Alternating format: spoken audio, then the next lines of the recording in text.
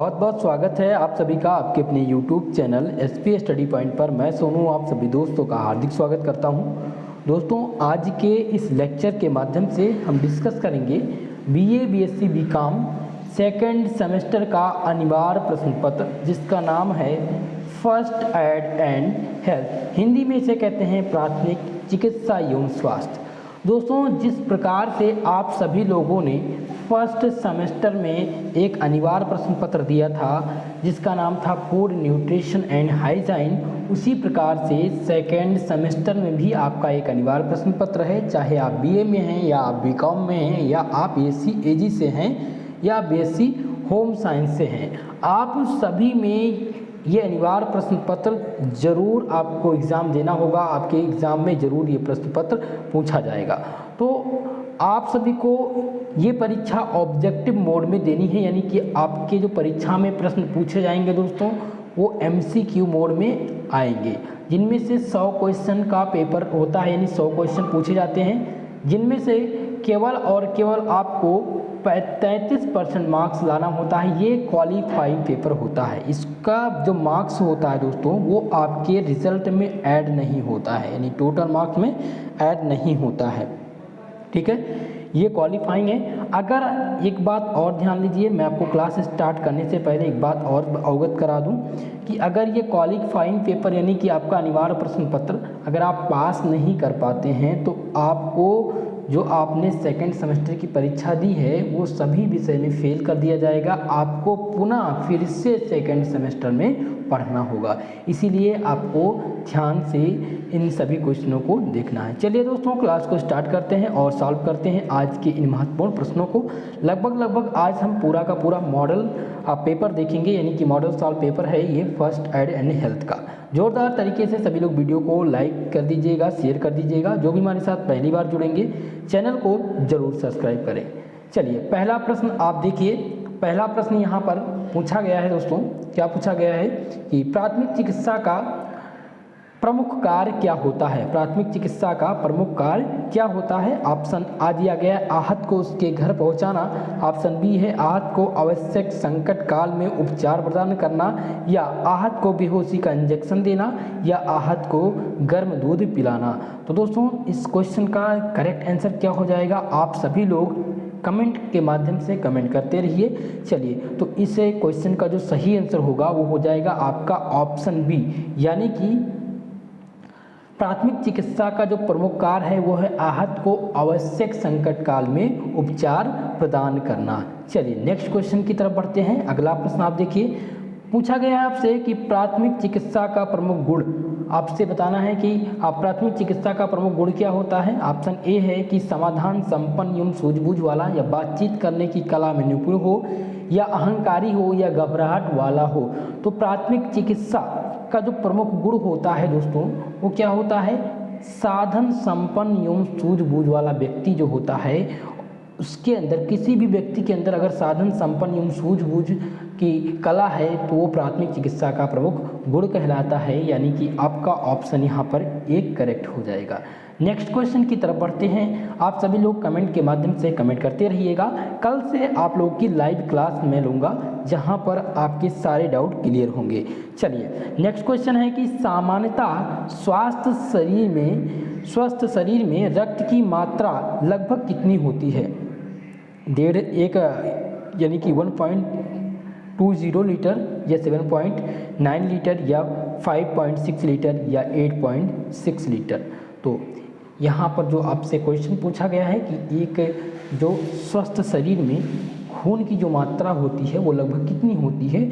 तो एक स्वस्थ शरीर में खून की जो मात्रा होती है लगभग दोस्तों वो होती है 5.6 लीटर के आसपास होती है। तो यहाँ पर जो आपका करेक्ट आंसर बनेगा वो बन जाएगा ऑप्शन नंबर सा, यानी कि ऑप्शन सी सही हो जाएगा। नेक्स्ट क्वेश्चन की तरफ बढ़ते हैं। नेक्स्ट क्वेश्चन आपका पूछा गया है यहाँ पर। नेक्स्ट क्वेश्चन आपसे क्या पूछा गया है, पूछा गया है कि RBCS का जीवन काल कितना होता है। ऑप्शन दिया गया है कि 80 से 100 दिन, या 50 से 70 दिन, या 25 से 75 दिन, या 90 से 120 दिन। तो चलिए इस क्वेश्चन का आप सभी लोग जवाब दीजिए भाई। जितने लोग जुड़ गए हैं सभी लोग वीडियो को लाइक कर दीजिए, शेयर कर दीजिए। चलिए तो इस क्वेश्चन का आंसर करिए। RBCS का जीवन काल कितना होता है?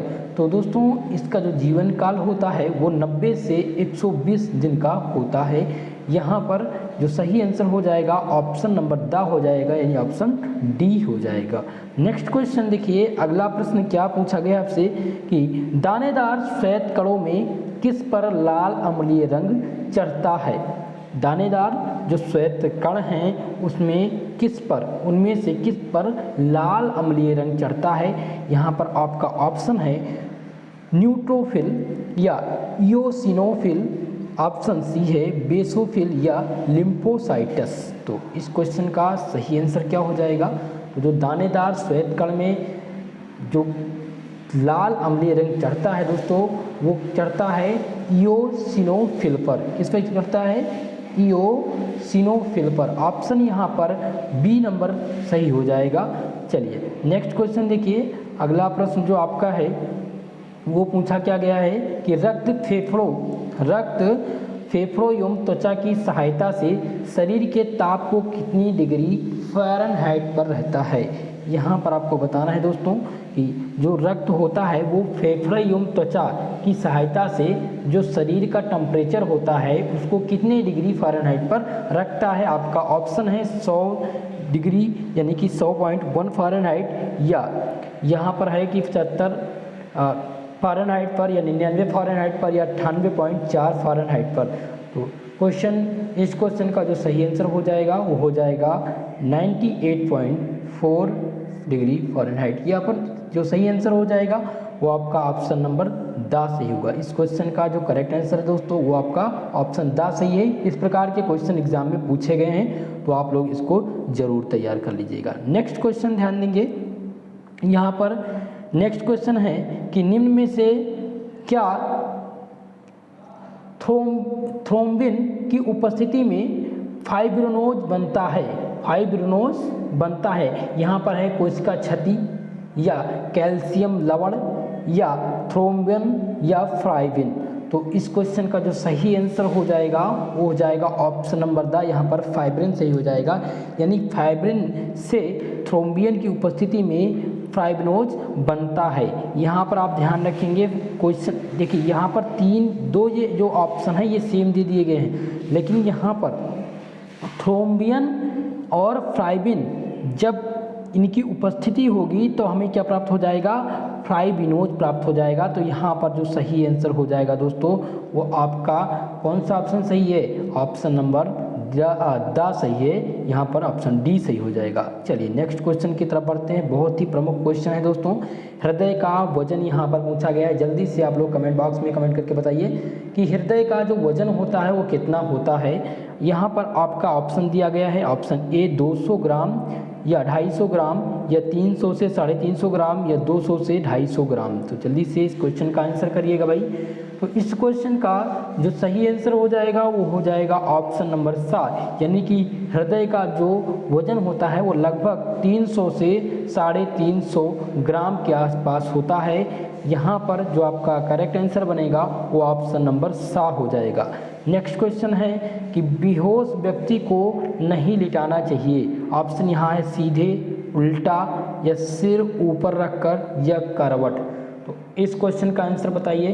तो इस क्वेश्चन का जो सही आंसर हो जाएगा वो हो जाएगा ऑप्शन नंबर बी, बेहोश व्यक्ति को उल्टा नहीं लिटाना चाहिए। यहाँ पर आपका जो सही आंसर है वो ऑप्शन बा हो जाएगा। नेक्स्ट क्वेश्चन की तरफ बढ़ते हैं। नेक्स्ट क्वेश्चन क्या है कि शरीर के सब भाग में केशवाहिनियों द्वारा रक्त भेजने का कार्य कौन करता है? ऑप्शन यहाँ है दाहिना अलिंद, ऑप्शन बी है दाहिना निलय, सा है आपका कि बायां अलिंद और बायां निलय। चलिए अब इस क्वेश्चन का आंसर बताइए। तो इस क्वेश्चन में जो आपका सही आंसर होगा वो आपका ऑप्शन द होगा, यानी कि बायां निलय। बायां निलय जो होता है वो शरीर के सब भागों में केशवाहिनियों द्वारा रक्त भेजने का कार्य करता है। यहाँ आपका ऑप्शन द सही होगा। नेक्स्ट क्वेश्चन देखिए, निम्न में से कौन सा भाग अनैच्छिक पेशी एवं लचीले ऊतक का बना होता है? ऑप्शन यहाँ पर आ दिया गया है कि ट्यूनिका, एडवेंटिशिया या ऑप्शन बी दिया गया है ट्यूनिका मीडिया या ट्यूनिका इंटीमा, इनमें से कोई नहीं। तो इस क्वेश्चन में जो सही आंसर आपका होगा वो आपका ऑप्शन नंबर बा हो जाएगा, यानी कि ट्यूनिका मीडिया, यानी ऑप्शन नंबर बा यहाँ पर सही हो जाएगा। ट्यूनिका मीडिया जो है वो अनैच्छिक पेशी एवं लचीले ऊतक का बना होता है, यहाँ आपका ऑप्शन बी सही होगा। अगले प्रश्न की तरफ बढ़ेंगे। नेक्स्ट क्वेश्चन देखिए, नेक्स्ट क्वेश्चन यहाँ पर है कि हृदय को पोषक तत्व तथा ऑक्सीजन प्रदान के लिए और वहाँ से उत्पन्न विकार को संग्रहित करने का काम किसके द्वारा संपन्न होता है? ऑप्शन यहाँ पर आपका है कोरोनरी रक्त परिसंचरण या पोर्टल या प्रत्याहारी परिसंचरण या फेफड़ों का परिसंचरण या दैहिक या शारीरिक या सामान्य परिसंचरण। तो इस क्वेश्चन का सही आंसर क्या होगा? तो इस क्वेश्चन में सबसे पहले तो आपको ऑप्शन की तरफ देखना है कि हृदय को जो पोषक तत्व तथा ऑक्सीजन प्रदान करने के लिए और वहाँ से जो उत्पन्न विकार हैं उनको क्या करें, ग्रहण करने का काम किसके द्वारा उत्पन्न होता है? तो ये उत्पन्न होता है कोरोनरी रक्त परिसंचरण के द्वारा। यहाँ पर आपका ऑप्शन नंबर आ सही हो जाएगा।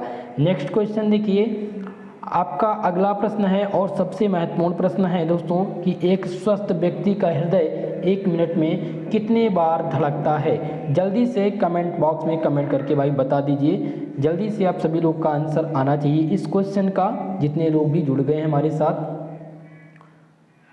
तो इस क्वेश्चन का जो सही आंसर हो जाएगा कि एक स्वस्थ व्यक्ति का जो हृदय 1 मिनट में लगभग 72 से 80 बार धड़कता है। इस प्रकार से आपका यहाँ पर ऑप्शन सी सही हो जाएगा। ठीक है दोस्तों, चलिए नेक्स्ट क्वेश्चन की तरफ बढ़ते हैं। नेक्स्ट क्वेश्चन है कि एक वयस्क व्यक्ति की नाड़ी दर कितनी होती है?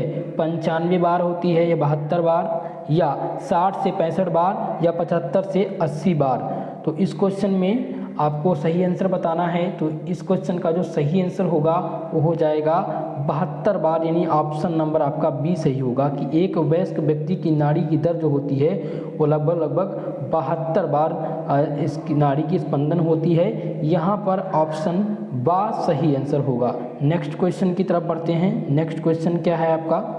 चलिए, कि सामान्य मनुष्य 1 मिनट में कितनी बार सांस लेता है? एक सामान्य मनुष्य जो है वो 1 मिनट में लगभग कितनी बार सांस लेता है? 15 से 20 बार, 16 से 18 बार या 25 से 40 बार या ऑप्शन दा दिया गया है कि 20 से 35 बार।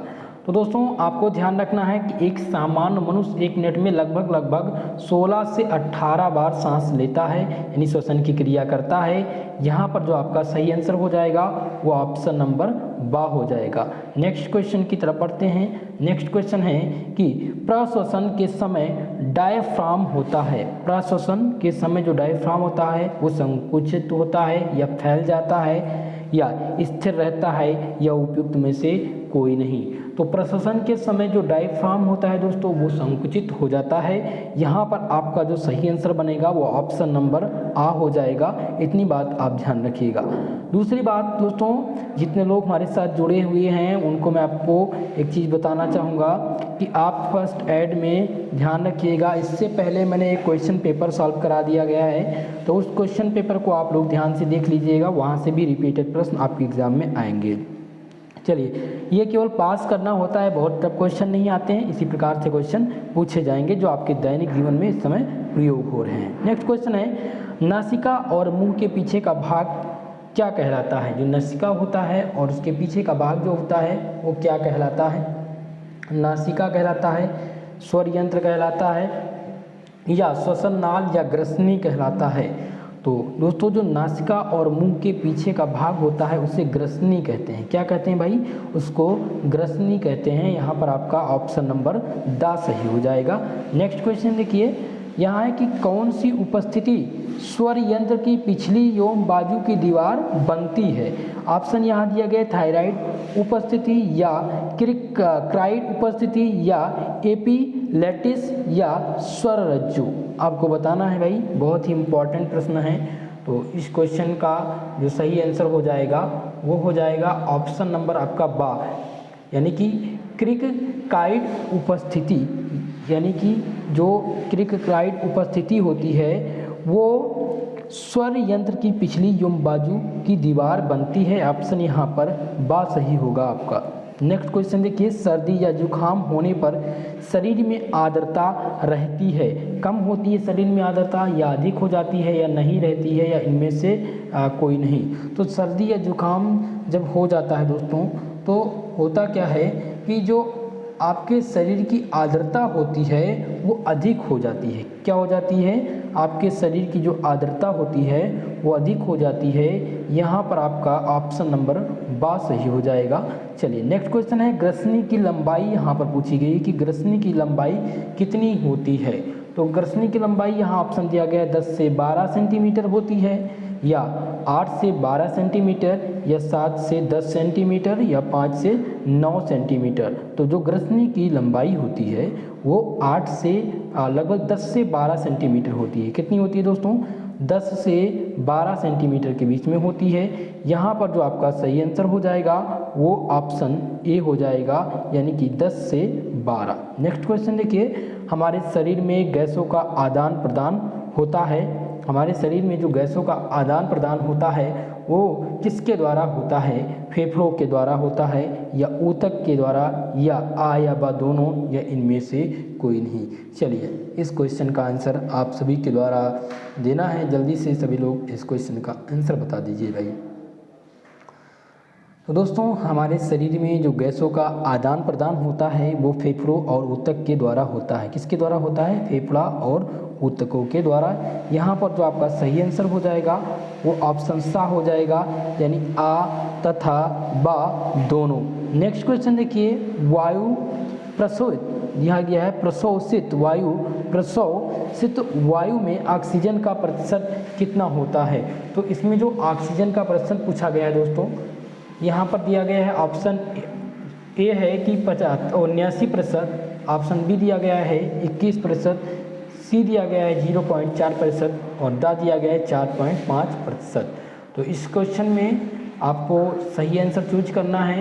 तो आप ध्यान रखिए कि प्रशोषित वायु में जो ऑक्सीजन का प्रतिशत होता है वो लगभग कितना होता है? वो 21% के लगभग होता है, बराबर होता है। यानी कि यहाँ पर जो आपका सही आंसर हो जाएगा वो ऑप्शन नंबर बा हो जाएगा। नेक्स्ट क्वेश्चन देखिए, नेक्स्ट क्वेश्चन है कि वृक्क या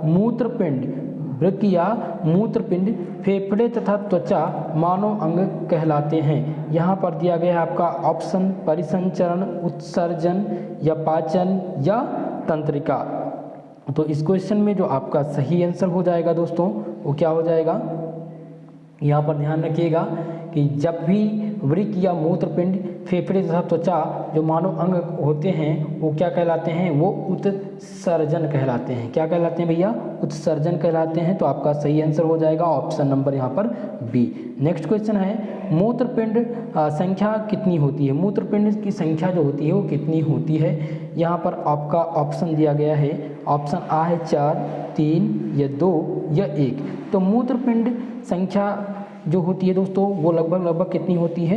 2 होती है। तो आपका सही आंसर जो हो जाएगा वो ऑप्शन सा हो जाएगा। नेक्स्ट क्वेश्चन की तरफ बढ़ेंगे, किडनी का वजन कितना होता है? किडनी का वजन यहाँ पर पूछा गया है कि कितना होता है। ऑप्शन आ दिया गया है कि 100 से 120 ग्राम, 90 से 100 ग्राम के बीच, या 80 से 100 ग्राम, या 125 से 70 ग्राम।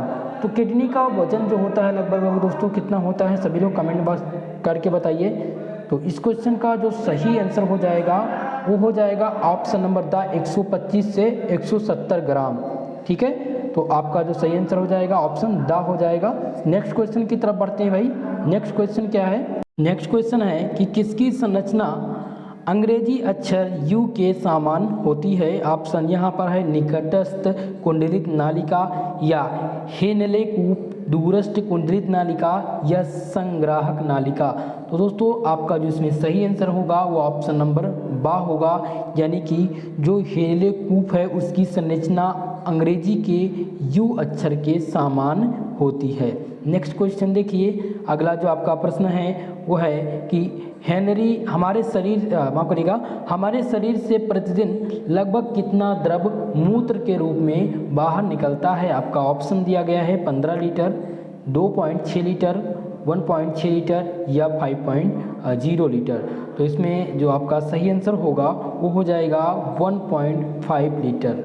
ठीक है, यानी कि हमारे शरीर में लगभग 1.5 लीटर के आसपास मूत्र बाहर प्रतिदिन निकलता है। तो यहाँ पर आपका ऑप्शन 7 सही हो जाएगा। नेक्स्ट क्वेश्चन देखिए, नेक्स्ट क्वेश्चन है कि डिप्थीरिया किस विषाणु से फैलता है। डिप्थीरिया किस विषाणु से फैलता है। यहाँ पर है कैलेक्स लियोवर बैसिलस, या ऑप्शन बी दिया गया है बैसिलस पर्ट्यूसिस, या सी दिया गया है ट्यूबर रसल बैसिलस, या इनमें से कोई नहीं। तो जो डिप्थीरिया होता है दोस्तों वो कैलेक्स लियोवर बैसिलस द्वारा फैलता है। यहाँ पर आपका ऑप्शन ए सही आंसर होगा। नेक्स्ट क्वेश्चन की तरफ बढ़ते हैं। नेक्स्ट क्वेश्चन है कि काली खांसी नामक संक्रामक रोग का जो संप्रति काल होता है वो क्या होता है। संप्रति काल 2 से 5 दिन, या 6 से 18 दिन, या 16 से 20 दिन, या 2 से 8 दिन। तो इसका जो काली खांसी है दोस्तों उसका जो संक्रामक रोग है उसका प्रतिकाल जो होता है, संप्रतिकाल जो होता है वो लगभग 6 से 18 दिनों तक होता है। यहाँ पर आपका जो सही आंसर हो जाएगा वो ऑप्शन नंबर बा हो जाएगा। नेक्स्ट क्वेश्चन है हैजा किसके द्वारा फैलता है। हैजा जो है, हैजा बीमारी वो किसके द्वारा फैलती है, यानी फैलने वाला रोग है। वायु के द्वारा, जल के द्वारा, भोजन के द्वारा, या इनमें से कोई नहीं। चलिए सभी से लोग कमेंट करके बताइए कि हैजा जो है वो किसके द्वारा फैलता है।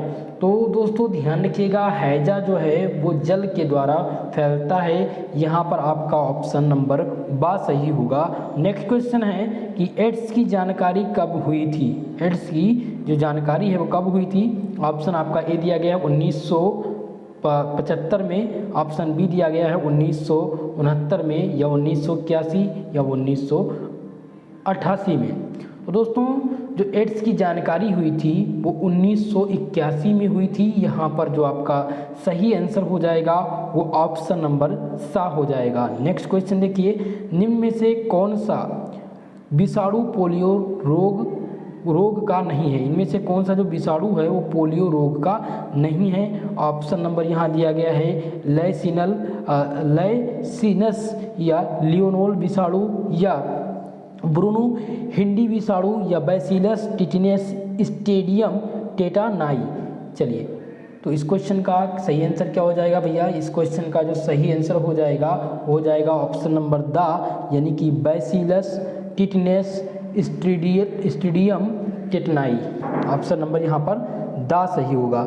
नेक्स्ट क्वेश्चन देखिए, नेक्स्ट क्वेश्चन है कि गर्दन में स्वर यंत्र के नीचे जो श्वास प्रणाली के दाएं एवं बाएं ओर पाई जाती है उसे क्या कहते हैं। थायराइड ग्रंथि कहते हैं, या पैराथायराइड ग्रंथि कहते हैं, या पिट्यूटरी ग्लैंड कहते हैं, या थाइमस ग्रंथि कहते हैं। तो इस क्वेश्चन में जो सही आंसर आपका हो जाएगा वो क्या हो जाएगा भैया, वो हो जाएगा ऑप्शन नंबर आपका ए, यानी कि थायराइड ग्रंथि जो गर्दन के स्वरयंत्र के नीचे श्वास प्रणाली के दाईं और बाईं ओर पाई जाती है उसे थायराइड ग्रंथि बोलते हैं। आपका ऑप्शन यहाँ पर ए सही होगा। नेक्स्ट क्वेश्चन की तरफ बढ़ेंगे। नेक्स्ट क्वेश्चन है कि थायराइड ग्रंथि की अधिक सक्रिय होने की दशा को क्या कहते हैं। अल्पा वटुता कहते हैं, या अत्यावटुता, या आवा दोनों, या उपयुक्त सभी। तो इस क्वेश्चन में आपका जो सही आंसर हो जाएगा वो हो जाएगा अत्यावटुता। क्या हो जाएगा, अत्यावटुता। आपका ऑप्शन यहाँ पर बा सही हो जाएगा। थायराइड ग्रंथि अगर अधिक सक्रिय हो जाती है तो उससे कहा जाता है अत्यावटुता कहा जाता है। नेक्स्ट क्वेश्चन है इंसुलिन हार्मोन किससे स्रावित होता है। जो इंसुलिन हार्मोन होता है वो किससे स्रावित होता है। यहाँ पर है अल्फा सेल, या गामा सेल, या फिर ऑप्शन सा दिया गया है दोस्तों डेल्टा सेल या बीटा सेल। तो ध्यान रखिएगा जो इंसुलिन हार्मोन होता है वो बीटा सेल के द्वारा स्रावित होता है। यहाँ पर आपका जो सही आंसर हो जाएगा ऑप्शन नंबर ड हो जाएगा। नेक्स्ट क्वेश्चन देखिए, इंसुलिन की यहाँ पर है दोस्तों कि इंसुलिन की अधिकता में रक्त में अधिक हो जाता है। जब हमारे शरीर में क्या होता है कि इंसुलिन की अधिकता हो जाती है तो रक्त में क्या हो जाता है, हीमोग्लोबिन अधिक हो जाता है या ग्लूकोज की मात्रा बढ़ जाती है या फिर श्वेत रक्तकण बढ़ जाता है या उपयुक्त सभी। तो दोस्तों ध्यान रखिएगा कि जब भी इंसुलिन की अधिकता हो जाती है तो हमारे रक्त में ग्लूकोज की जो मात्रा हो जाती है वो अधिक हो जाती है। यहाँ पर जो आपका करेक्ट आंसर हो जाएगा वो आपका ऑप्शन नंबर बा हो जाएगा। नेक्स्ट क्वेश्चन की तरफ बढ़ते हैं भैया। नेक्स्ट क्वेश्चन देखते हैं क्या पूछा गया है। नेक्स्ट क्वेश्चन है कि निकट दृष्टि दोष में अच्छी गोलक हो जाता है। निकट दृष्टि दोष में जो अच्छ गोलक हो जाता है, गोलाकार हो जाता है या फिर लंबाकार हो जाता है या असम हो जाता है या इनमें से कोई नहीं। तो निकट दृष्टि दोष में जो अच्छ गोलक हो जाता है वो क्या हो जाता है भैया, वो लंबाकार हो जाता है दोस्तों। क्या हो जाता है, लंबाकार हो जाता है। यहाँ पर आपका जो सही आंसर हो जाएगा वो ऑप्शन नंबर बा हो जाएगा। नेक्स्ट क्वेश्चन है कि दृष्टि वैषम्य रोग उत्पन्न होता है। ये ऐसा रोग है दोस्तों जो दृष्टि को बाधित कर देता है, यानी आपको साफ नहीं दिख पाता है। तो ये आँखों में साधारणता होता है दृष्टि वैषम्य रोग। तो ये कहाँ होता है, यानी कि उत्पन्न होता है कार्निया के क्षैतिज तथा ऊर्ध्वाधर तल के अनियमितता वक्रता के कारण या लेंस तथा दृष्टि पलट के बीच में अंतर बढ़ने के कारण या लेंस तथा दृष्टि पलट के बीच अंतर कम होने के कारण या इनमें से कोई नहीं। तो जो इसका सही आंसर हो जाएगा दोस्तों इस क्वेश्चन का वो हो जाएगा आपका ऑप्शन नंबर आ, यानी कि दृष्टि वैषम्य रोग जो उत्पन्न होता है वो कार्निया के क्षैतिज तथा ऊर्ध्वाधर तलों में अनियमितता वक्रता के कारण होता है। चलिए नेक्स्ट क्वेश्चन देखिए, कर्णफेर के लक्षण। कर्णफेर के लक्षण यहाँ पर पूछे गए हैं। तो ऑप्शन यहाँ दिया गया है कि ज्वार आना, ये कर्णफेर का लक्षण है, या नाक कान या मुख गले में पीड़ा होना, ये या कान के नीचे सूजन आ जाना या उपयुक्त सभी। तो इस क्वेश्चन का जो सही जवाब हो जाएगा वो हो जाएगा ऑप्शन नंबर सा, कान के नीचे सूजन आ जाना। ये कर्णफेर के लक्षण हैं। आपको शब्द में ही दिख गया होगा कि यहाँ पर कान के बारे में पूछा गया है। तो कान के नीचे जब सूजन आ जाती है तो उसे कर्णफेर कहा जाता है। ऑप्शन नंबर यहाँ पर सा सही होगा। नेक्स्ट क्वेश्चन है, जीवाणुओं द्वारा रोग होता है। जीवाणुओं द्वारा कर्णफेर का रोग होता है या चेचक का रोग होता है या पोलियो या निमोनिया। तो जल्दी से सभी बता दीजिए भाई कि जीवाणुओं के द्वारा कौन सा रोग होता है। तो जीवाणुओं के द्वारा क्या होता है, जीवाणुओं के द्वारा निमोनिया होता है। यहाँ पर आपका जो सही आंसर हो जाएगा ऑप्शन नंबर ड हो जाएगा। नेक्स्ट क्वेश्चन है कि वायु द्वारा फैलने वाला रोग। यहाँ पर पूछा गया है कि वायु द्वारा फैलने वाला रोग कौन सा है, हैजा, प्लेग, चेचक या रिकेट्स। तो जो वायु द्वारा रोग होता है दोस्तों वो क्या होता है, जल्दी से सभी लोग बताइए। वायु द्वारा फैलने वाला रोग, अगर बात करें यहाँ पर हैजा की तो हैजा पानी से फैलता है और वायु द्वारा जो फैलता है वो चेचक फैलता है। यहाँ पर आपका ऑप्शन सा सही हो जाएगा। इस प्रकार टाइफाइड फैलाने वाला जीवाणु, ये टाइफाइड जो होता है उसको फैलाने वाला जीवाणु में से कौन सा होता है। तो ध्यान रखिएगा दोस्तों, जो टाइफाइड फैलाता है वो जीवाणु कौन सा है, वो सल्मोनेला टाइफी है। यहाँ पर जो आपका सही आंसर हो जाएगा वो ऑप्शन नंबर बा हो जाएगा। नेक्स्ट क्वेश्चन की तरफ बढ़ते हैं। नेक्स्ट क्वेश्चन है कि फेफड़ों की तपेदिक में लक्षण होते हैं। फेफड़ों की तपेदिक में लक्षण होते हैं। फेफड़े कमज़ोर हो जाते हैं या श्वास फूलने लगती है या ऑक्सीजन ग्रहण नहीं कर पाते हैं या उपयुक्त सभी। तो इस क्वेश्चन का जो सही आंसर हो जाएगा वो ऑप्शन ड हो जाएगा। फेफड़ों के तपेदिक के जो लक्षण होते हैं वो ये सभी होते हैं। यहाँ पर आपका ऑप्शन ड सही होगा। नेक्स्ट क्वेश्चन देखिए, नेक्स्ट क्वेश्चन है कि वेरियोला वायरस से फैलता है। जो वेरियोला एक प्रकार का वायरस है, इससे क्या फैलता है, ये चेचक फैलता है या छोटी माता या टाइफाइड या तपेदिक। तो इसको आप ध्यान रखिएगा कि जो वेरियोला वायरस होता है उससे चेचक फैलता है। क्या फैलता है? चेचक फैलता है। यहाँ पर आपका ऑप्शन नंबर ए सही हो जाएगा। नेक्स्ट क्वेश्चन है क्षय रोग फैलता है। क्षय रोग फैलता है, यहाँ पर दिया गया है क्यूलेक्स द्वारा या वैसिलस द्वारा या वायरस द्वारा या अमीबा द्वारा। तो जो क्षय रोग होता है दोस्तों वो वैसिलस द्वारा फैलता है। यहाँ पर जो आपका इस क्वेश्चन का जो सही आंसर हो जाएगा वो क्या हो जाएगा? वो हो जाएगा ऑप्शन नंबर यहाँ पर बा। नेक्स्ट क्वेश्चन देखिए, हीमोग्लोबिन किसमें सहायक होता है? चलिए सभी लोग कमेंट करके बताइए जल्दी से, सभी लोग का आंसर आना चाहिए कि हीमोग्लोबिन जो होता है वो किसमें सहायक होता है? वो वृद्धि में सहायक होता है या श्वसन क्रिया में या पोषण में या उत्सर्जन में? तो आप ध्यान रखिएगा जो हीमोग्लोबिन होता है दोस्तों वो किसमें सहायक होता है? जल्दी से सभी लोग का आंसर आना चाहिए। इस क्वेश्चन का आंसर आप सभी लोग के द्वारा आना है, जल्दी से आप लोग कमेंट करके बताइए। हीमोग्लोबिन श्वसन में सहायता करता है, यानी कि आपका इसमें सही आंसर हो जाएगा ऑप्शन यहाँ पर बा हो जाएगा। नेक्स्ट क्वेश्चन की तरफ बढ़ते हैं भाई। नेक्स्ट क्वेश्चन आपका क्या है कि स्वस्थ मनुष्य 1 मिनट में श्वास लेता है 15 से 18 बार या 5 से 10 बार या 25 से 30 बार या अनियमित? तो आप ध्यान रखिएगा एक स्वस्थ मनुष्य जो होता है वो 1 मिनट में लगभग 15 से 18 बार श्वसन की क्रिया करता है। यहाँ आपका ऑप्शन ए सही हो जाएगा। नेक्स्ट क्वेश्चन है कि मनुष्य की श्वास नालिका का निर्माण होता है। ऑप्शन है पी के आकार की उपस्थिति से, सी के आकार की उपस्थिति से या छल्ले नहीं होते हैं या उपयुक्त में से कोई नहीं। तो मनुष्य की जो श्वास नालिका का निर्माण होता है वो सी के आकार की उपस्थिति से होता है। यहाँ आपका ऑप्शन सी सही हो जाएगा मेरे प्यारे दोस्तों। नेक्स्ट क्वेश्चन ध्यान दीजिए दोस्तों, आप सभी लोग से मेरा निवेदन है, जितने लोग भी हमारे इस क्लास को अटेंड कर रहे हैं, देख रहे हैं, वो सभी लोग वीडियो को यार एक बार लाइक कर दीजिए। और जो भी हमारे साथ चैनल पर इस बार नए आए हैं, न्यू स्टूडेंट हैं, वो प्लीज़ चैनल को ज़रूर सब्सक्राइब कर लें। चलिए, हृदय यहाँ पर पूछा गया है हृदय बना होता है, आपका ऑप्शन दिया गया है ऐच्छिक पेशियों द्वारा या ऑप्शन बा है अनैच्छिक पेशियों द्वारा या ऑप्शन नंबर सी है हृदय पेशी द्वारा या ऑप्शन डी दिया गया है कार्टिलेज द्वारा। तो आप ध्यान रखिएगा जो आपका हृदय बना होता है वो अनैच्छिक पेशियों द्वारा बना होता है। यहाँ पर जो आपका सही आंसर होगा वो ऑप्शन नंबर बा हो जाएगा। नेक्स्ट क्वेश्चन, रक्त के कार्य यहाँ पर पूछे गए हैं दोस्तों। रक्त के कार्य क्या होते हैं? थक्का जमाना, रोगों से सुरक्षा करना, शरीर की स्वच्छता या उपयुक्त सभी?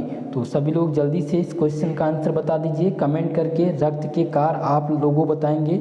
आप सभी लोग इस क्वेश्चन को कमेंट बॉक्स में कमेंट करके इसका आंसर जरूर बताएंगे। नेक्स्ट क्वेश्चन है कि मनुष्य के सामान्यतः हृदय जो धड़कता है उसकी प्रति मिनट दर कितनी होती है? एक मनुष्य की, एक सामान्य मनुष्य है, उसके हृदय की धड़कन जो होती है वो 1 मिनट में लगभग कितनी बार होती है?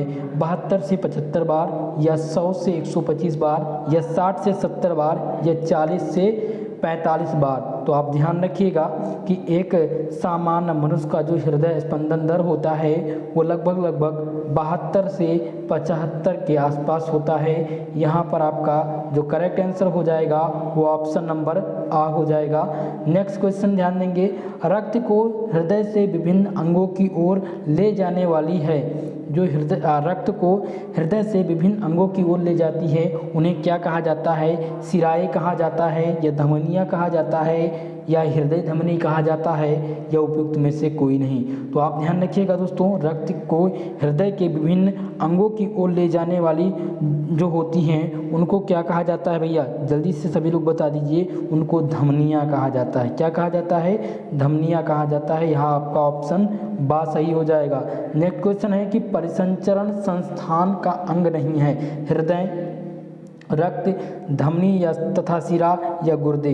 तो परिसंचरण संस्थान का जो अंग नहीं होता है दोस्तों वो क्या होता है? आप जो गुर्दा होता है वो परिसंचरण संस्थान का अंग नहीं है। ऑप्शन यहाँ पर दा सही हो जाएगा। नेक्स्ट क्वेश्चन है कि परिसंचरण तंत्र का प्रमुख अंग आप बताइए। परिसंचरण तंत्र का प्रमुख अंग क्या है? फेफड़ा, हृदय, धमनियाँ या शिराएं? तो जो परिसंचरण तंत्र का प्रमुख अंग होता है वो क्या होता है भैया? फेफड़ा होता है। यहाँ पर जो सही आपका आंसर हो जाएगा वो हो जाएगा ऑप्शन नंबर आ, फेफड़ा। फेफड़ा जो होता है वो परिसंचरण तंत्र का प्रमुख अंग है। यहाँ पर बात हो रही थी जैसे कि इसके पहले क्वेश्चन था कि परिसंचरण संस्थान का अंग नहीं है। हृदय, रक्त तो ये दोनों हैं, धमनी तथा शिरा ये दोनों होते हैं और ये गुर्दा नहीं होता है। तो परिसंचरण तंत्र का जो प्रमुख अंग होगा वो यहाँ पर ऑप्शन नंबर आ हो सकता है, फेफड़ा। और ध्यान रखिएगा इसका जो सही आंसर धमनी भी हो सकती है, लेकिन कुछ केसों में इसका सही आंसर होगा ऑप्शन नंबर आ। ठीक है, चलिए नेक्स्ट क्वेश्चन है कि ऑक्सीजन युक्त रक्त प्रवाहित होता है धमनियों में या फिर शिराओं में या रक्त वाहिनियों में या कोशिकाओं में? तो आप ध्यान रखिएगा जो ऑक्सीजन युक्त रक्त प्रवाहित होता है दोस्तों वो कहाँ पर होता है? वो होता है धमनियों में। माफ करिएगा, इसका जो सही आंसर हो जाएगा वो ऑप्शन नंबर ए होगा। जो ऑक्सीजन युक्त रक्त प्रवाहित होता है वो धमनियों में होता है। नेक्स्ट क्वेश्चन की तरफ बढ़ते हैं। नेक्स्ट क्वेश्चन है न्यूरॉन क्या होते हैं? यहाँ पर पूछा गया है न्यूरॉन। ऑप्शन ए दिया गया है कि ऑप्शन ए दिया गया है दोस्तों क्या है कि ऊर्जा की आधारभूत इकाई, या ऑप्शन बी दिया गया रेडियो धार्मिकता के दौरान निर्माण कण, या न्यूट्रॉन के प्रतिकरण, या तंत्रिका तंत्र की आधारभूत इकाई। तो इस क्वेश्चन में जो सही आंसर हो जाएगा दोस्तों न्यूरॉन क्या होता है? न्यूरॉन तंत्रिका तंत्र की आधारभूत इकाई होती है। यहाँ पर आपका जो सही आंसर हो जाएगा ऑप्शन नंबर डा होगा। नेक्स्ट क्वेश्चन की तरफ बढ़ते हैं। नेक्स्ट क्वेश्चन आपका पूछा गया है कि जन्म के बाद मानव के किस ऊतक में कोई कोशिका विभाजन नहीं होती है? कंकाल, तंत्रिका, संयोजी या जनन? तो आप ध्यान रखिएगा कि जन्म के बाद मानव के तंत्रिका ऊतक में कोई कोशिका का विभाजन नहीं होता है। यहाँ पर जो सही आंसर हो जाएगा वो आपका ऑप्शन बा होगा। नेक्स्ट क्वेश्चन देखिए, अगला प्रश्न है कि मनुष्य में मेरुदंड से कितनी जोड़ी तंत्रिकाएं निकलती हैं? तो मनुष्य में जो मेरुदंड की कितनी जोड़ी कोशिकाएं निकलती हैं? 12, 13, 31 या 33? तो आप ध्यान रखिएगा जो मनुष्य में मेरुदंड की लगभग 31 जोड़ियाँ तंत्रिकाएं निकलती हैं। यहाँ आपका जो सही आंसर हो जाएगा ऑप्शन नंबर सा हो जाएगा। नेक्स्ट क्वेश्चन देखिए, मस्तिष्क जिम्मेदार है सोचने के लिए, हृदय गति नियंत्रण के लिए, या शरीर के संतुलन के लिए, या उपयुक्त सभी? तो जो मस्तिष्क होता है दोस्तों वो किसके लिए जिम्मेदार होता है? वो जिम्मेदार होता है उपयुक्त सभी के लिए, सोचने के लिए भी जिम्मेदार होता है, हृदय की गति के नियंत्रण के लिए, शरीर के संतुलन के लिए, इन सभी की आवश्यकता होती है। तो यहाँ पर आपका ऑप्शन दा सही होगा। नेक्स्ट क्वेश्चन की तरफ बढ़ेंगे। अगला जो प्रश्न है कि मनुष्य का मस्तिष्क कितने भागों में विभाजित होता है? ऑप्शन यहाँ पर दिया गया है आ 2, या बा दिया गया है 3, 4 या 5। तो दोस्तों ध्यान रखिएगा जो मनुष्य का मस्तिष्क होता है वो लगभग 3 भागों में विभाजित होता है। यहाँ पर आपका जो सही आंसर हो जाएगा वो ऑप्शन नंबर 3 हो जाएगा, यानी बा हो जाएगा। सेरेब्रम किससे संबंधित है? सेरेब्रम जो होता वो किससे संबंधित होता है? यकृत से, हृदय से, मस्तिष्क से या नाड़ी से? तो आप ध्यान रखिएगा जो सेरेब्रम होता है वो मस्तिष्क से संबंधित होता है। यहाँ पर आपका सही आंसर हो जाएगा ऑप्शन नंबर सा। नेक्स्ट क्वेश्चन की तरफ बढ़ते हैं। मनुष्य के मस्तिष्क का सबसे बड़ा भाग यहाँ पर पूछा गया है। मनुष्य के मस्तिष्क का सबसे बड़ा भाग ऑप्शन ए दिया गया है दोस्तों, अनुमस्तिष्क या प्रमस्तिष्क या मध्य मस्तिष्क या मस्तिष्का।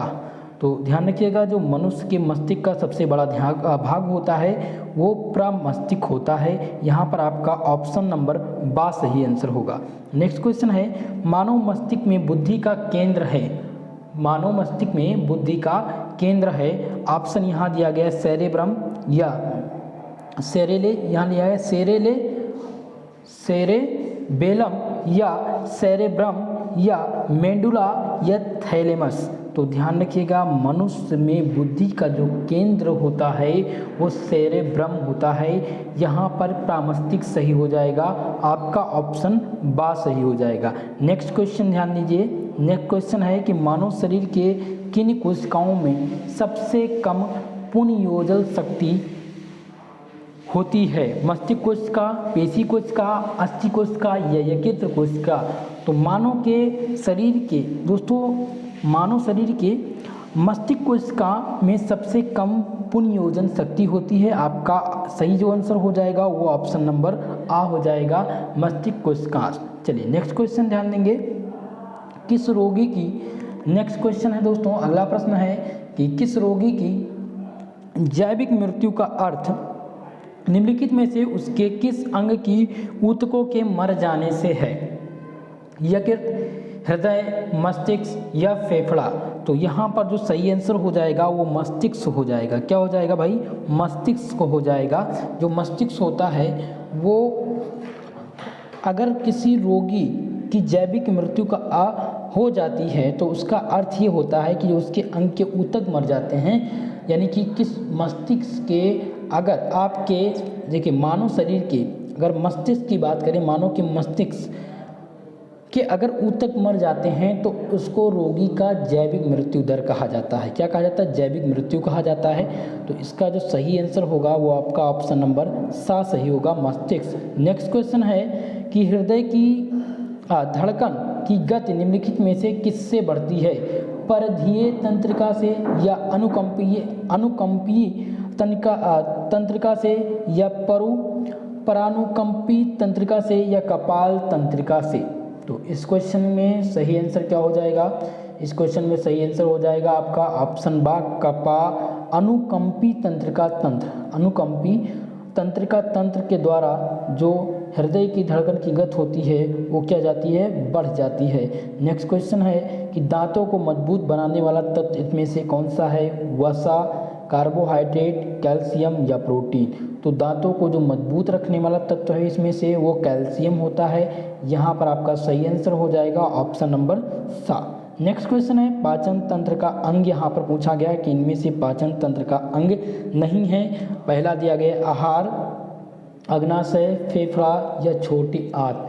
तो इस क्वेश्चन का जो सही आंसर हो जाएगा भाई वो हो जाएगा ऑप्शन सा, जो फेफड़ा होगा वो पाचन तंत्र का अंग नहीं है। नेक्स्ट क्वेश्चन है मनुष्य के मुंह में लार ग्रंथियों की संख्या बतानी है कि मनुष्य के मुख में जो लार ग्रंथियां होती हैं वो कितनी पाई जाती हैं? ऑप्शन यहाँ पर है 6, ऑप्शन बा दिया गया दोस्तों 8, 10 या 21। तो मनुष्य के मुंह में जो लार ग्रंथियां पाई जाती हैं वो 6 लार ग्रंथियां पाई जाती हैं। ठीक है, कितनी? 6 लार ग्रंथियां पाई जाती हैं। चलिए नेक्स्ट क्वेश्चन देखिए, लार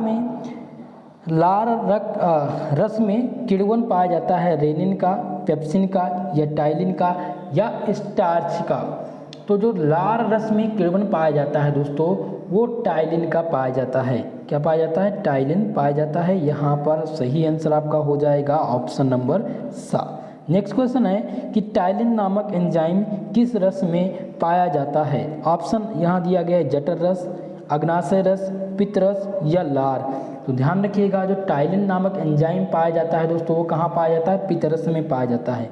इसका जो सही आंसर हो जाएगा वो ऑप्शन नंबर सा हो जाएगा। नेक्स्ट क्वेश्चन है कि रेनिन नामक एंजाइम जो अमाशय में बनता है प्रोटीन पर क्रिया करता है, केवल दूध की प्रोटीन पर क्रिया करता है या दूध का फाड़ कर उसमें प्रोटीन को अलग करता है या कैटालेज को पचाता है?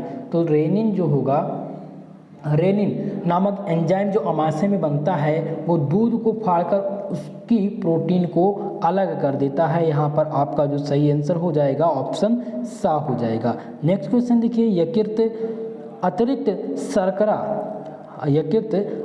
शर्करा को इस वस्तु में परिवर्तित कर देता है? ग्लाइकोजन में, सेलुलोज में या एंजाइम में या स्टार्च या मंड में? तो आप ध्यान रखिएगा दोस्तों कि जो यकृत होता है अतिरिक्त शर्करा को कहाँ पर चेंज करता है? वो ग्लाइकोजन में। यकृत जो होता है वो ग्लाइकोजन में अपनी अतिरिक्त शर्करा को चेंज कर देता है, यानी ऑप्शन नंबर यहाँ पर आ सही हो जाएगा इस क्वेश्चन का।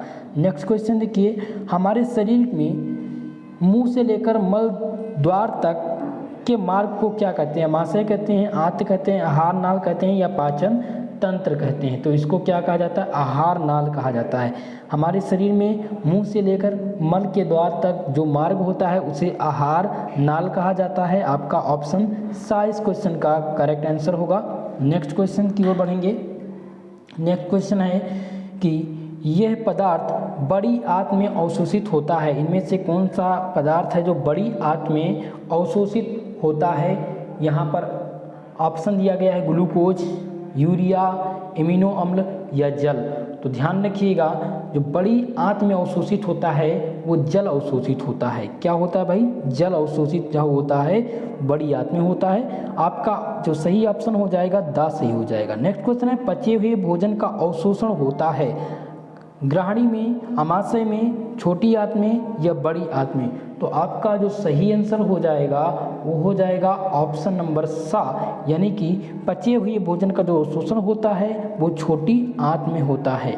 ठीक है, चलिए नेक्स्ट क्वेश्चन की तरफ बढ़ते हैं। टाइलिन नामक एंजाइम पाया जाता है अमाशय के रस में, आंत के रस में, लार रस में या इनमें से नहीं? तो जो टाइलिन नामक एंजाइम पाया जाता है वो लार रस में पाया जाता है। यहाँ पर जो सही आंसर हो जाएगा आपका ऑप्शन नंबर सा हो जाएगा। नेक्स्ट क्वेश्चन की तरफ बढ़ते हैं। अगला प्रश्न है दोस्तों कि रुधिर की शुद्धि शरीर के किस अंग में होती है? श्वसन नालिका, अमाशय या फेफड़े में या हृदय में?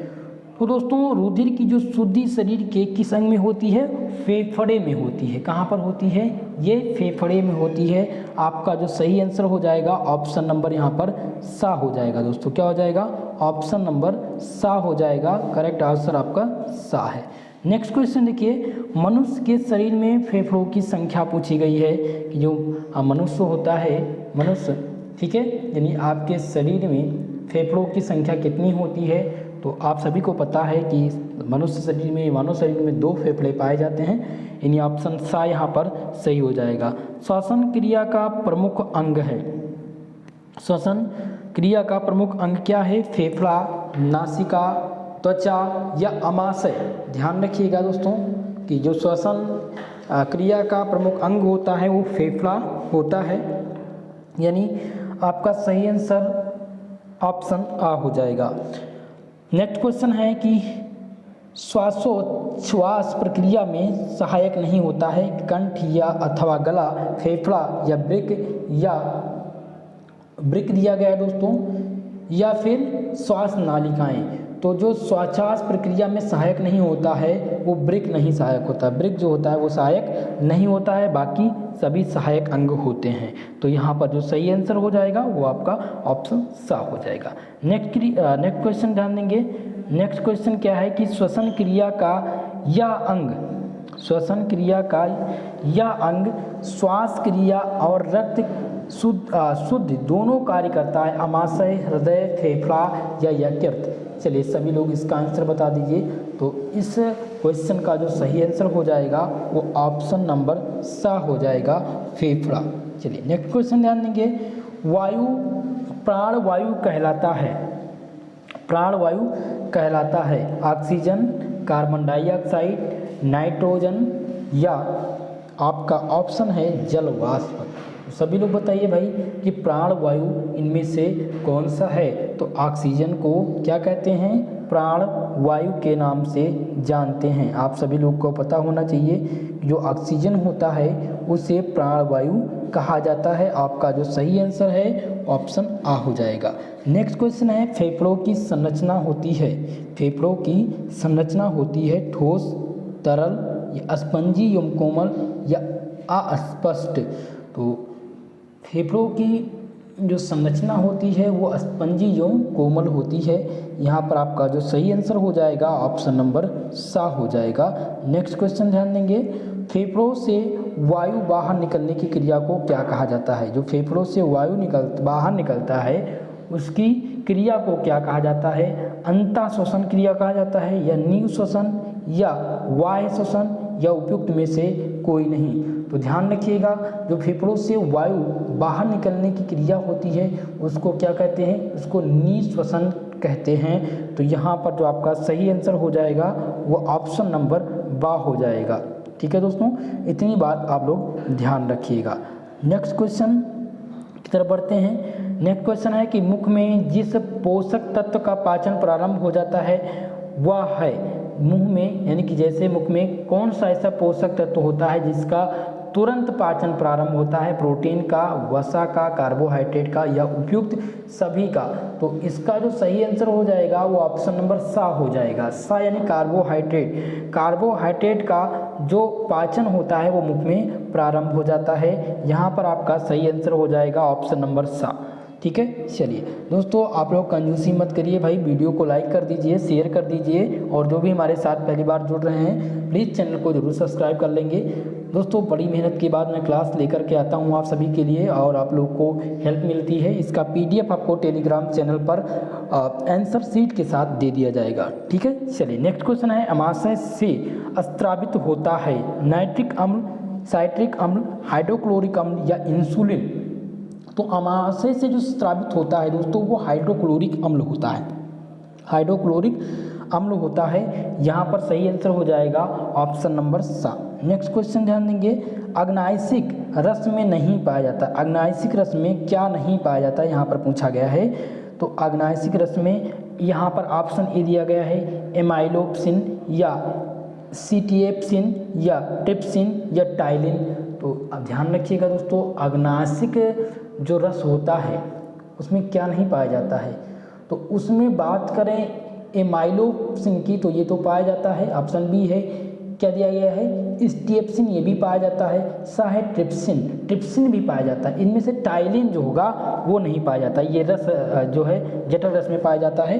तो यहाँ पर आपका जो सही आंसर हो जाएगा ऑप्शन नंबर डा हो जाएगा। ठीक है, टाइलिन जो होगा वो अग्नायसिक रस में नहीं पाया जाएगा। नेक्स्ट क्वेश्चन की ध्यान देंगे। नेक्स्ट क्वेश्चन भाई क्या पूछा गया है, पूछा गया है कि ग्रहण किए गए आहार के इस पोषक तत्व का पाचन मुख में प्रारंभ हो जाता है, वसा का, कार्बोहाइड्रेट का, प्रोटीन का या उपयुक्त में से सभी का। तो जो ग्रहण किया गया आहार होता है इसमें पोषक तत्व का जो पाचन मुख में प्रारंभ हो जाता है वो किसका होता है, यहाँ ध्यान रखिएगा कार्बोहाइड्रेट का होता है, वसा का भी।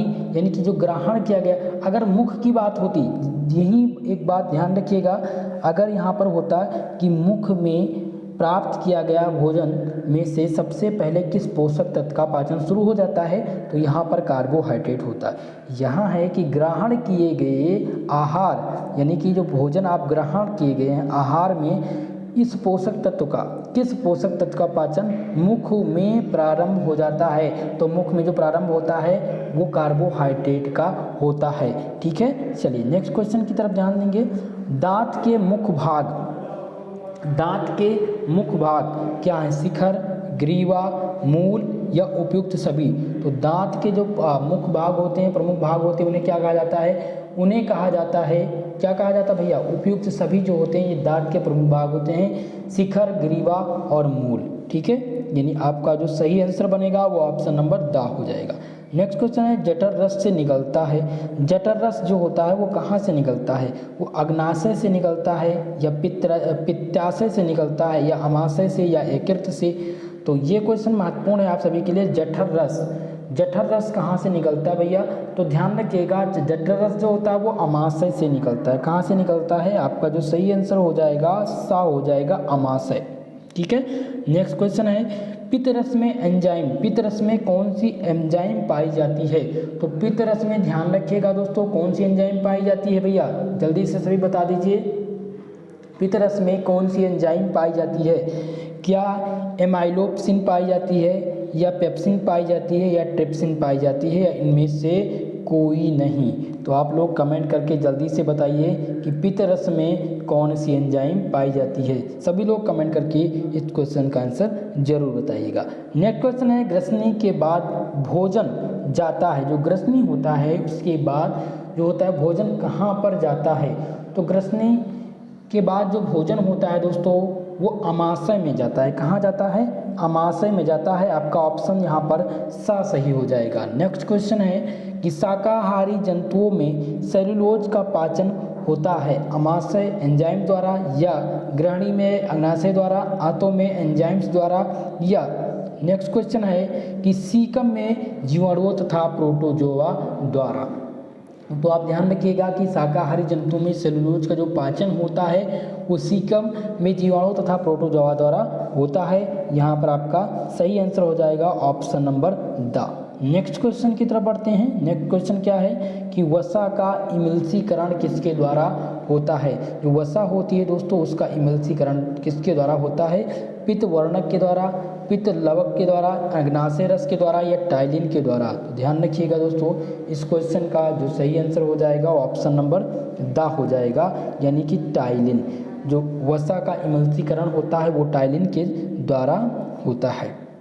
कुल मिला के लगभग दोस्तों आज हमने 100 प्लस क्वेश्चनों को डिस्कस कर लिया है। ये क्वेश्चन बहुत ही ज़्यादा महत्वपूर्ण है आपके एग्ज़ाम के लिए।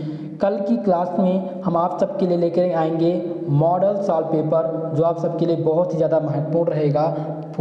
फर्स्ट एड एंड हेल्थ का मॉडल सॉल्व पेपर कल की क्लास में डिस्कस करेंगे। आज की इस क्लास के जितने भी क्वेश्चन हैं इसका PDF आपको टेलीग्राम चैनल और व्हाट्सएप ग्रुप पर मिल जाएगा। टेलीग्राम चैनल का लिंक जो है वो डिस्क्रिप्शन बॉक्स में दिया गया है, वहाँ से आप ज्वाइन कर लीजिए। या अगर आप वहाँ से ज्वाइन नहीं कर पा रहे हैं तो आप सर्च कर सकते हैं SP study channel first, channel लिखेंगे और आदमी लिखा देंगे 1, तो आप सर्च करेंगे से मिल जाएगा, जहाँ से आपको पुराने और नए सभी प्रकार के PDF मिल जाएंगे। इससे पहले मैंने आपको लगभग 2 से 3 क्लास में पहले भी अनिवार्य प्रश्न पत्र की करा चुका हूं, जिसमें इंपॉर्टेंट क्वेश्चन है और एक क्वेश्चन पेपर भी मैंने सॉल्व करा दिया है जो सिद्धार्थ यूनिवर्सिटी का है। तो आप सभी लोग उस प्रश्न पत्र को देख लीजिएगा, सॉल्व कर लीजिएगा, वहां से रिपीटेड प्रश्न आएंगे। एक बात और दोस्तों, ये आपका अनिवार्य प्रश्न पत्र है। अनिवार्य प्रश्न पत्र की क्लास आज हो ही रही है, कल आपको मिलेगी रात 8 बजे। आपकी जो क्लास होगी कल वो होगी केमिस्ट्री की, जिसमें हम सॉल्व करेंगे मोस्ट इम्पॉर्टेंट क्वेश्चन आंसर का सॉल्यूशन जो आपके एग्जाम में आने वाले हैं। 9 बजे आपकी क्लास होगी फिजिक्स की, जहां पर हम सॉल्व करेंगे नया मॉडल पेपर, लिखित मॉडल पेपर सॉल्व करेंगे।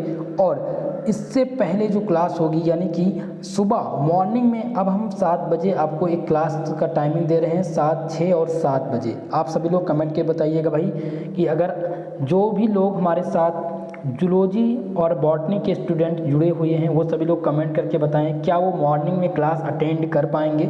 अगर कर पाएँ तो उनके लिए डेली दोनों क्लास में स्टार्ट कर दूं। दोनों आधे घंटे की क्लास रहेगी, यानी 30 मिनट की क्लास पर डे में, यानी कि 1 घंटे में दोनों क्लास को कवर करने का प्रयास करूंगा, जहां पर मैं आपको मोस्ट इम्पॉर्टेंट क्वेश्चन के सॉल्यूशन कराने वाला हूं, ऑब्जेक्टिव और रिटन दोनों पैटर्न पर। तो सभी लोग कमेंट करके ज़रूर बताइएगा। जितने लोग ऑब्जेक्टिव पैटर्न के छात्र हमारे साथ जुड़े हैं सभी लोग चैनल को ज़रूर सब्सक्राइब कर लें। इसी चैनल पर आपको सभी प्रकार की क्लासेस मिलेंगी। ठीक है दोस्तों, तो आज के लिए बस इतना ही, मिलते हैं अगली क्लास में। तब तक के लिए जय हिंद, जय भारत। दोस्तों वीडियो पसंद आया हो तो प्लीज़ यार वीडियो को लाइक करिएगा, शेयर करिएगा और बेल आइकन को ज़रूर प्रेस करिएगा, ताकि क्लास का नोटिफिकेशन जब भी क्लास लाइव हो आपको नोटिफिकेशन पता चल जाए।